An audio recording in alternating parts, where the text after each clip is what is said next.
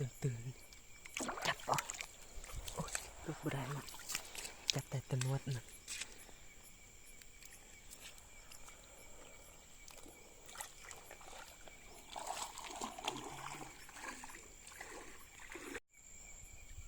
เห็นอีกตัวหนึ่ง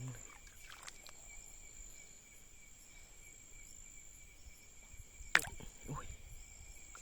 ไวขนาดทางเดิน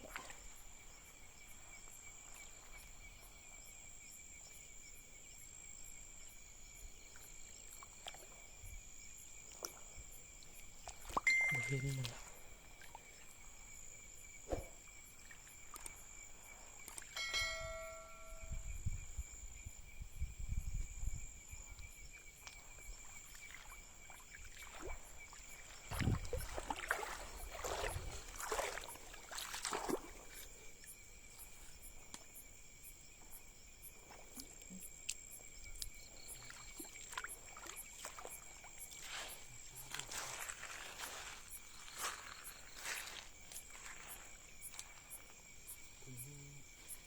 เด้อ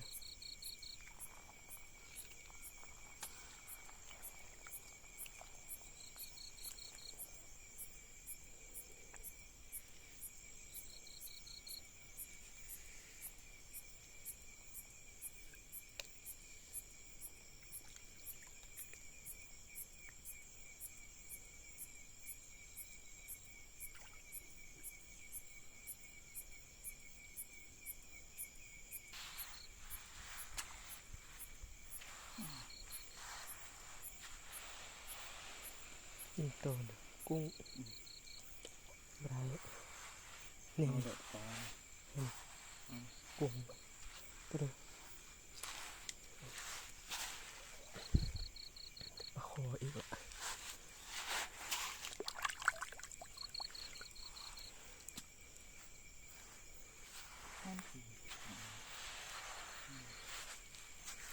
กุ้ง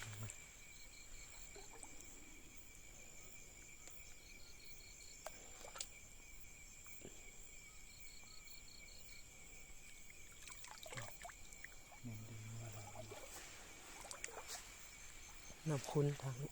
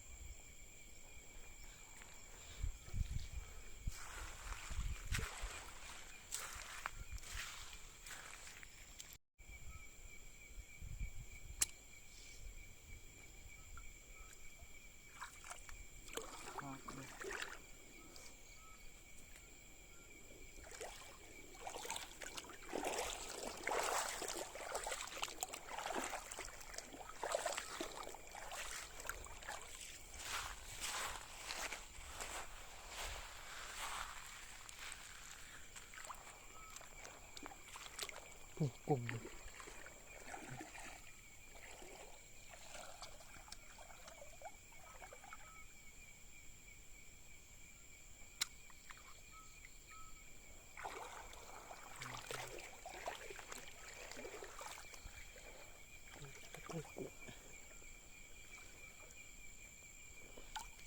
คุณ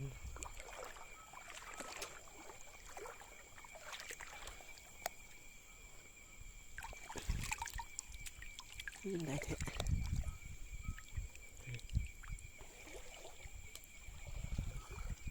นี่ตัวนึงเอามันบ่ได้ก็ตัวเยอะนี่พันตัวเยอะเนาะ ไปไม่ยิ่งอ่ะ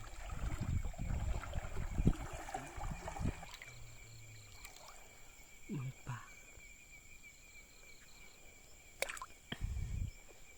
ไปมัน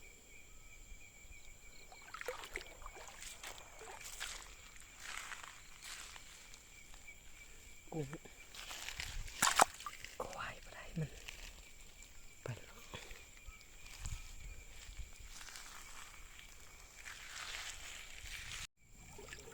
เห็นตะกุ้งได้เก็บ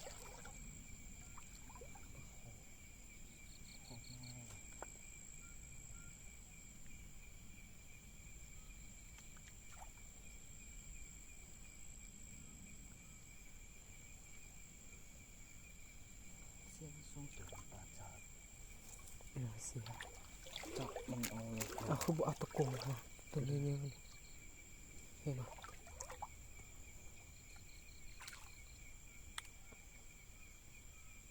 มันไปติดซะ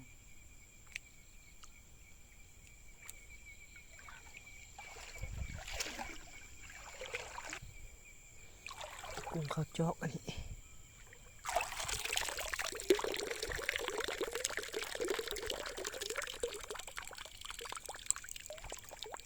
เบิ่งเหมือนกันกุ้งข้าวจอกนี่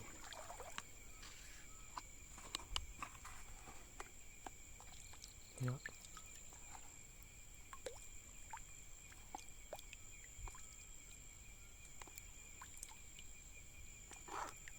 ทางเดินเห็นละ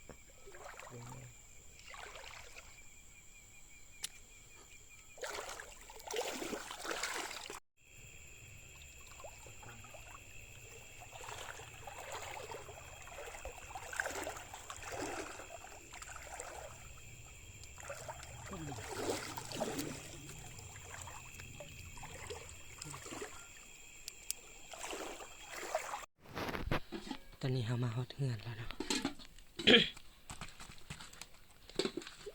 เบิ่งตะกุงเราได้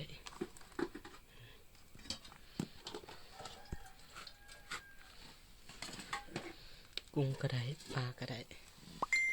ปลาคอมัดแต่สันนี้เบิ่งกุ้งมีแต่ตัวเยอะๆ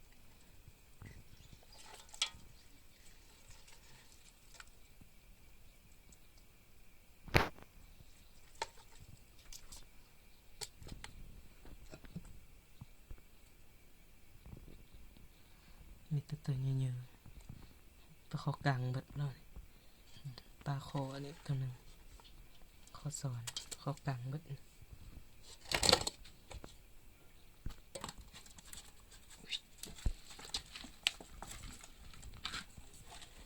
มีแต่ปลาเขากังเนาะนี่ โอเคเนาะเราได้สำนี้มื้อนี้ตอนมื้อก่อนเราไปงมหันได้น้อยกว่านี้เนาะอันนั้นบ่ได้แตะกุ้งได้แต่ตะขวบได้กุ้งเลยเนาะโอเคเนาะแล้วพบกันใหม่คลิปหน้าสำหรับคลิปนี้